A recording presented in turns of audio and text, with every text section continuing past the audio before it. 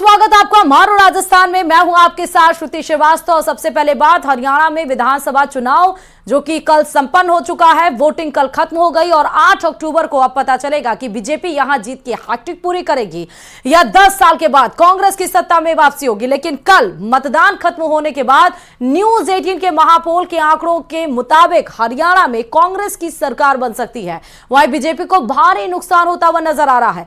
महापोल के आंकड़ों में हरियाणा में कांग्रेस को 54 सीटें मिलने के आसार नजर आ रहे हैं, यानी क्लीन स्वीप कर रही है कांग्रेस, जबकि हरियाणा में बीजेपी को 26 सीटें मिलने के आसार है। वहीं आईएनएलडी और जेजेपी को भी एक सीटें मिलने का अनुमान जताया जा रहा है, जबकि अन्य को 8 सीटें मिलने का अनुमान है। क्या कुछ रहा है देखिए इस रिपोर्ट में।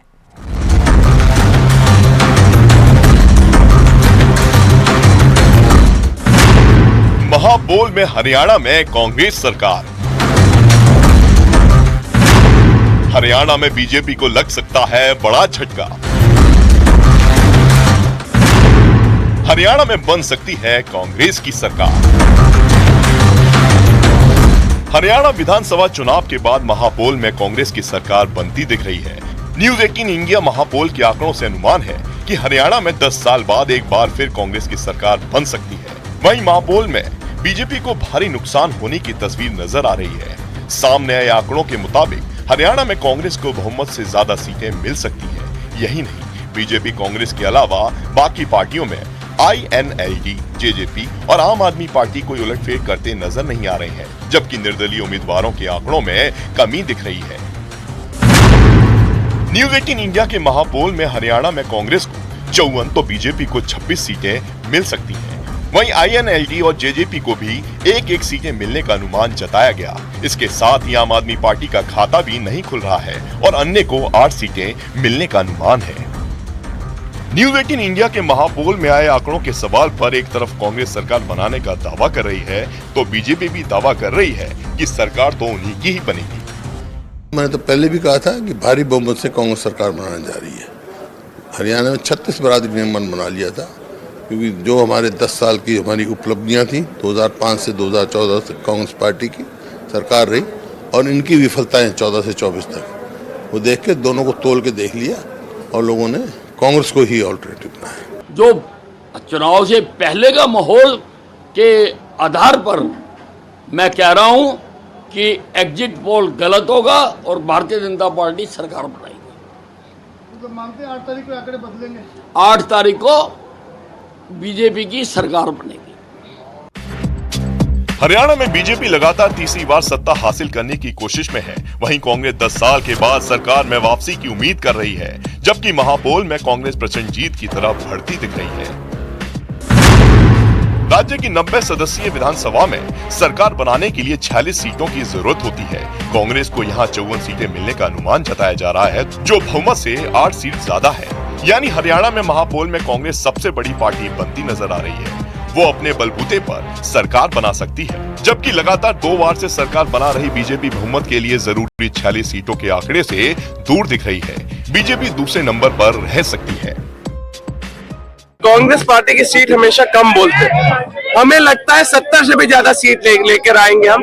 ये एक बहुत बड़ी बहुमत की सरकार होगी और मैं जानता हूँ ये सरकार इसलिए आ रही है क्योंकि कांग्रेस पार्टी की जो न्याय, सच, विकास का रास्ता है, लोग उस पर चलना चाहते हैं। जिस बदलाव की तरफ हरियाणा देख रहा था, लोगों ने वो बदलाव किया है। लोगों ने जो 10 साल झेला है उसका ही रिजल्ट है। लोगों ने जितनी तकलीफ है, जितना अत्याचार सहा है इन 10 सालों में, वो आज मतदान के रूप में उन्होंने अपना बदला लेने का ठाना था और वो सक्सेस हुआ है। और अलग अलग एजेंसियों के एग्जिट पोल में कांग्रेस को ही बहुमत मिलता दिख रहा है। 5 एजेंसियों के आंकड़ों में बीजेपी बहुमत के करीब भी नहीं पहुंच पा रही है और 18 से 31 सीट के बीच में सिमटती दिख रही है। लेकिन कांग्रेस और बीजेपी दोनों ही सरकार बनाने के दावे से पीछे नहीं हट रही है। हरियाणा को परिवारवाद से मुक्ति दिलाई है। हरियाणा से जो भेदभाव होता था उससे मुक्ति दिलाने का काम हमारी सरकार ने 10 वर्षों में किया है। हमें पूर्ण विश्वास है कि हमने जो हरियाणा को एक नई गति विकास की देने का काम किया है। 8 अक्टूबर को भारतीय जनता पार्टी तीसरी बार बहुत बड़े मैंडेट के साथ आ रही है। बिल्कुल, भाजपा को तो हरियाणा में पार्लियामेंट में भी नकार दिया था। जहां वो 10 से 0 पर पहुंचे, हम 0 से 5 पर पहुंचे। हमने 47.6% वोट अर्जित की। हमारे 28% से बढ़ के 47.6 पर पहुंचे। ये 58% से घट के ये 46% पर पहुंचे। चुनाव के नतीजे आने बाकी हैं। महापोल के आंकड़े कांग्रेस के हक में जाते दिख रहे हैं, लेकिन असली परिणाम 8 अक्टूबर को आएंगे। तब पता चलेगा कि ऊंट किस करवट बैठेगा। और उधर जम्मू कश्मीर में करीब 10 साल बाद विधानसभा चुनाव हुए और अनुच्छेद 370 हटने के बाद और विशेष राज्य का दर्जा खत्म होने के बाद यह पहला विधानसभा चुनाव रहा। बीजेपी के साथ ही कांग्रेस, नेशनल कॉन्फ्रेंस, पीडीपी समेत अन्य छोटे छोटे दलों ने लोकतंत्र के इस महापर्व में हिस्सा लिया। हरियाणा में विधानसभा चुनाव खत्म होने के बाद न्यूज 18 के महापोल के आंकड़ों में जम्मू कश्मीर में बीजेपी को 27 सीटें मिलने की संभावना जताई गई है और इसके अलावा कांग्रेस और नेशनल कॉन्फ्रेंस जिसका गठबंधन था उन्हें 41 सीटें मिल सकती हैं। सबसे ज्यादा नुकसान महबूबा मुफ्ती की पीपल्स डेमोक्रेटिक पार्टी यानी पीडीपी को होने के आसार जताए गए हैं। पिछले चुनाव में पीडीपी को दोहरे अंकों में सीटें मिली थी, लेकिन इस बार पार्टी को महज 7 सीटें मिलने के आसार हैं। पीडीपी से ज्यादा ताकतवर निर्दलीय हो सकते हैं, उनके खाते में 15 सीटें जाने की संभावना है। देखिए रिपोर्ट।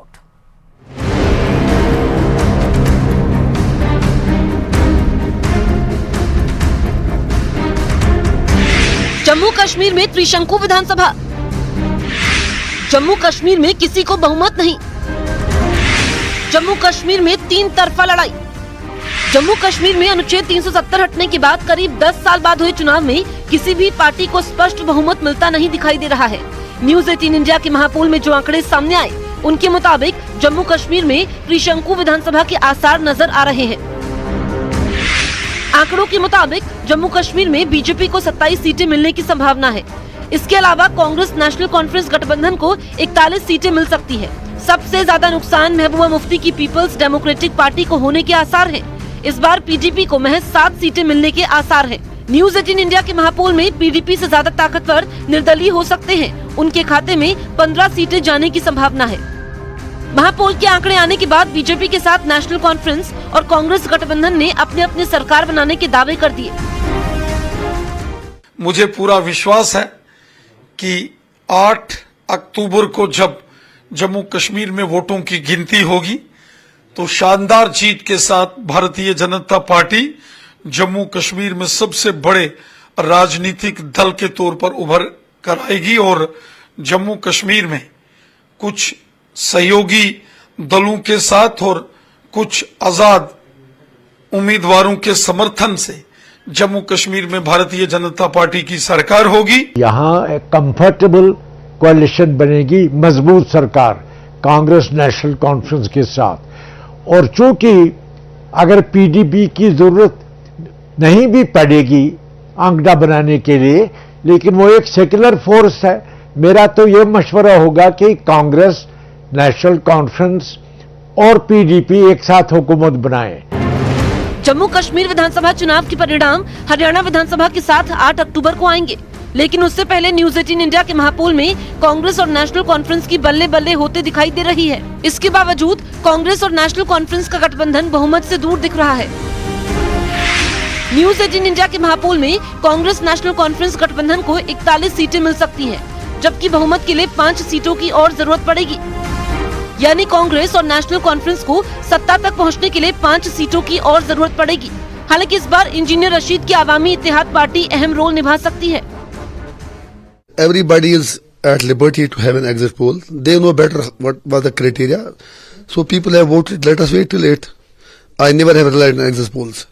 जो सही नतीजे आएंगे उसमें भारतीय जनता पार्टी सबसे बड़ी पार्टी उभर करके सामने आएगी और हमें विश्वास है कि मोर देन 35 सीट्स हम जम्मू प्रोविंस से लेंगे और जो बाकी हैं वो हम कश्मीर से लेंगे और कश्मीर में भी भारतीय जनता पार्टी पहले से बड़ी बेहतर स्थिति में आएगी। यहाँ पर भी हमारा खाता खुलेगा और लाइक माइंडेड पार्टीज के साथ बात हो रही है। जम्मू कश्मीर में मुख्य तौर पर 4 पार्टियों के बीच मुकाबला है। बीजेपी, कांग्रेस, नेशनल कॉन्फ्रेंस और पीडीपी के बीच चुनावी जोर आजमाइश है। कांग्रेस और नेशनल कॉन्फ्रेंस साथ मिलकर चुनाव लड़ रहे हैं। घाटी वाले इलाके में जहां नेशनल कॉन्फ्रेंस और पीडीपी का प्रभाव ज्यादा माना जाता है, वहीं जम्मू संभाग में बीजेपी की मजबूत पकड़ है। हालांकि महापोल में आंकड़े बताते हैं कि पीडीपी और निर्दलीय उम्मीदवार किंग मेकर की भूमिका निभा सकते हैं। और चलिए अब बात जैसलमेर से बड़ी खबर की, जहां टाके में 2 बच्चों के शव मिलने से सनसनी फैल गई है। 10 और 12 साल की उम्र के बच्चों के शव मिले हैं। बबर मगरा कच्ची बस्ती से कल गुम हुए थे ये दोनों मासूम बच्चे। रात भर परिजनों के ढूंढने पर मासूमों का पता नहीं चल पाया। परिजनों ने तब तुरंत बच्चों की हत्या का शक जताया गया है। मासूम के शरीर पर चोट के निशान हैं। मोर्चरी के बाहर लोगों की भीड़ भी लग रही है। कोतवाली पुलिस मामले की जांच में जुटी हुई है। बड़ी खबर आपको इस वक्त ही बता रहे हैं। टाके में 2 बच्चों के शव मिलने से सनसनी फैली। मोर्चरी के बाहर लोगों की भीड़ जुट रही है। जो परिवारजन हैं वो बच्चों के जो शरीर पर चोट के निशान है उसके आधार पर हत्या की आशंका जता रहे हैं। 10 से 12 साल के महज बच्चे हैं ये। बबर मगरा कच्ची बस्ती से ये कल गुम हुए थे। रात भर परिजनों के ढूंढने पर मासूम के नहीं मिल पाए थे, लेकिन परिजनों ने दोनों बच्चों की हत्या का शक जरूर जताया है। अब पोस्टमार्टम रिपोर्ट लगभग होगी, उसके आधार पर ही पता चल पाएगा कि क्या कुछ है। ज्यादा जानकारी के साथ संवाददाता सौरभ जुड़ चुके हैं खबर पर। सावल दान जुड़ चुके हैं। सावल, क्या ये बड़ी खबर है और क्या जानकारी मिल पा रही है इसमें? देखिए, ये सरहदी जिले जैसलमेर के जो जैसलमेर शहर है उसका एक मोहल्ला है बब्बर मगरा, जहां से कल शाम से 2 बच्चे हैं, 2 भाइयों के बच्चे हैं, वो गायब हो चुके थे। और आज सुबह उनके घर के पास ही टांके में दोनों बच्चों के शव मिले, जिससे हड़कंप मच गया और दोनों शवों को बाहर निकाल कर अस्पताल पहुंचा है, जहां मृत घोषित कर दिया है। परिजनों का द्वारा लगातार हत्या का आरोप लगाया जा रहा है और बच्चों के शरीर के पर चोट के निशान भी हैं। और अब वर्तमान में दोनों बच्चों के शव को जैसलमेर की मोर्चरी में रखवा दिया, जहां भीड़ भी जमा रही है और पुलिस द्वारा परिजनों के बयान लेकर विशेष जांच शुरू कर दी है। जी अच्छा, और अब पुलिस अभी इसमें क्या कह रही है? पोस्टमार्टम कब तक होगा बच्चों का? देखिए, ये कल शाम से बच्चे गुम हो चुके थे। उस दौर से लगातार परिजनों द्वारा ढूंढने का प्रयास किया था और बच्चे नहीं मिलने पर किसी व्यक्ति ने टांका देखा तो टांके में दोनों शव तैरते मिले थे। जो पुलिस को सूचना सुबह ही मिली है, पुलिस द्वारा विशेष पहलुओं पे जांच की जा रही है और परिजनों की सहमति के बाद ही पोस्टमार्टम होगा। जी, बहुत शुक्रिया सवालदान तमाम जानकारी देने के लिए खबर पर। तो मासूम बच्चों को किसने अगवा किया, क्या वाकई इन दोनों मासूम बच्चों की हत्या की गई है? फिलहाल ये सब कुछ कार्रवाई का विषय है। और इस बीच अजमेर से बड़ी खबर आपको बता रहे हैं, जहां अजमेर में त्योहारी सीजन में अवैध हथियारों की रोकथाम को लेकर अभियान चलाया जा रहा है, जिसके तहत किशनगढ़ में अवैध देसी पिस्टल और 3 जिंदा कारतूस के साथ एक आरोपी को गिरफ्तार किया गया है। अजमेर निवासी धनराज तिवारी को आर्म्स एक्ट में गिरफ्तार किया गया। बड़ी खबर आपको अजमेर से ये बता रहे हैं, जहां पर किशनगढ़ से हर माड़ा जाने वाली सड़क पर नाकाबंदी के दौरान गाड़ी की तलाश में अवैध हथियार बरामद हुए हैं। तो किशनगढ़ से बड़ी खबर, अवैध हथियार के साथ एक आरोपी भी गिरफ्तार। तस्वीरें भी आप आरोपी की देख रहे हैं जो गिरफ्तार किया गया है। देसी पिस्टल 3 कारतूस के साथ एक आरोपी को अरेस्ट किया गया है। आरोपी धनराज तिवारी को आर्म्स एक्ट में गिरफ्तार किया गया। अवैध हथियार के खिलाफ ये आरोपी गिरफ्तार किया गया। बता दें, क्योंकि फेस्टिव सीजन चल रहे हैं और इसके तहत अभियान चलाया जा रहा है। अभियान के दरमियान ही ये सर्च ऑपरेशन चलाया गया और जिसमें बड़ी कामयाबी अजमेर पुलिस को लगी है। और उसके बाद आरोपी धनराज तिवारी को गिरफ्तार कर लिया गया। ना सिर्फ गिरफ्तार बल्कि इसके पास से कई ऐसे हथियार भी बरामद किए गए हैं, जिसमें देसी पिस्टल है, 3 कारतूस बरामद हुआ है पुलिस को।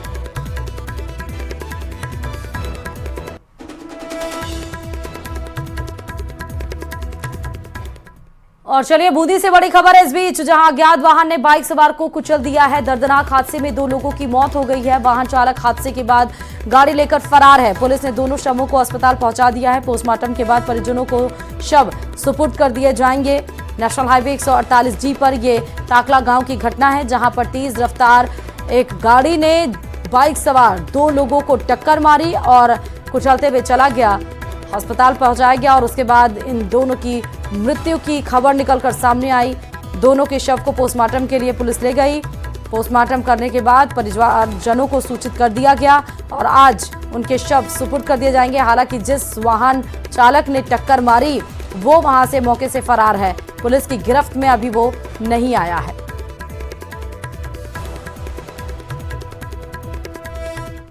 और इधर महाराष्ट्र दौरे पर ठाणे पहुंचे हैं पीएम मोदी ने कांग्रेस से बहुत बड़ा प्रहार किया। पीएम मोदी ने कहा कि कांग्रेस और उसके सहयोगियों का एक ही लक्ष्य है, लोगों को बांटो और शासन करो।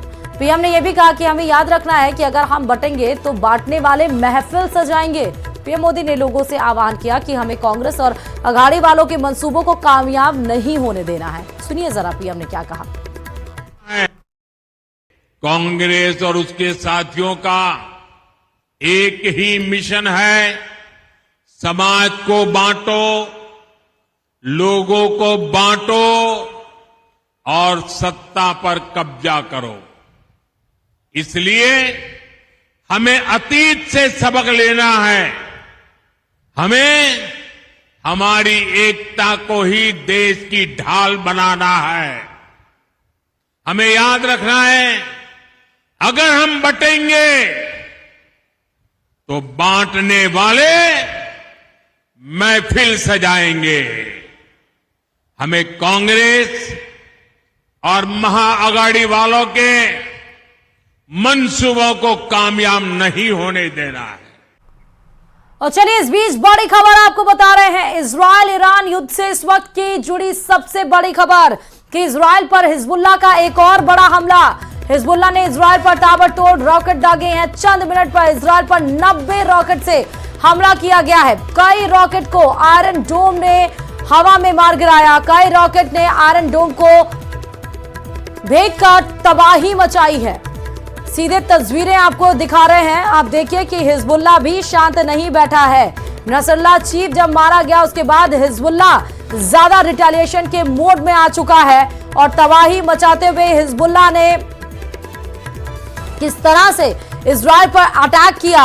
90 रॉकेट धड़ाधड़ दागे गए। हालांकि डोम ने कई सारे रॉकेट को विफल किया, लेकिन डोम को भी रॉकेट ने आयरन डोम को भी उसको चकमा देकर कई जगह पर इजराइल में तबाही मचाई है। और उसकी एक तस्वीर आपके सामने है। आप देखिए कि किस तरह से हिजबुल्लाह के अटैक के बाद इजराइल में तबाही की ये तस्वीरें क्या कुछ बयां करती हैं। एक तरफ इजराइल जहां पर यह कहता है कि अभी तो ये शुरुआत है और जो भी आंख उठा के देखेगा हमारे ये ताकत का अंत नहीं है, तो वहीं हिजबुल्लाह भी अपने ताकत का प्रदर्शन करते हुए ताबड़तोड़ हमले किए हैं। चलिए खबरों में आगे बढ़ते हुए एक और बताते चले खबर आपको, जहां पर ईरान पर इजराइल किसी भी वक्त अब तक का सबसे बड़ा हमला कर सकता है। इजराइल के पीएम नेतन्याहू ने फिर एक बार ईरान पर बड़े हमले की चेतावनी दी है। उन्होंने कहा कि इजराइल को अपनी रक्षा का पूरा अधिकार है और अगर हम पर हमला करता है तो उसे करारा जवाब दिया जाएगा। ईरान ने इजराइल सैकड़ों बैलिस्टिक मिसाइल से हमला किया था। देखिए रिपोर्ट।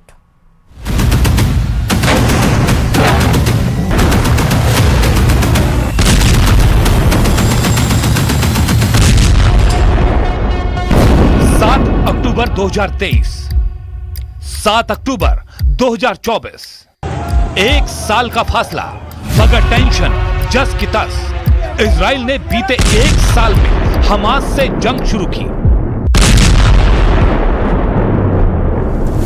युद्ध में हमास के लिए हिजबुल्लाह लड़ाके कूदे, फिर हूती फाइटर हमास के लिए युद्ध में आए।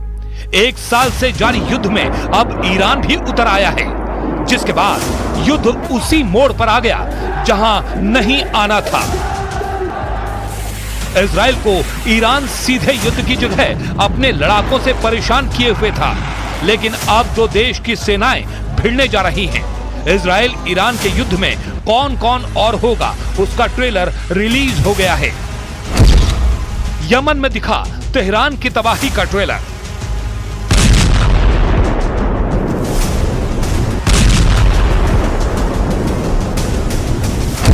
सुपर पावर ने 15 घंटे तक बरसाया बारूद।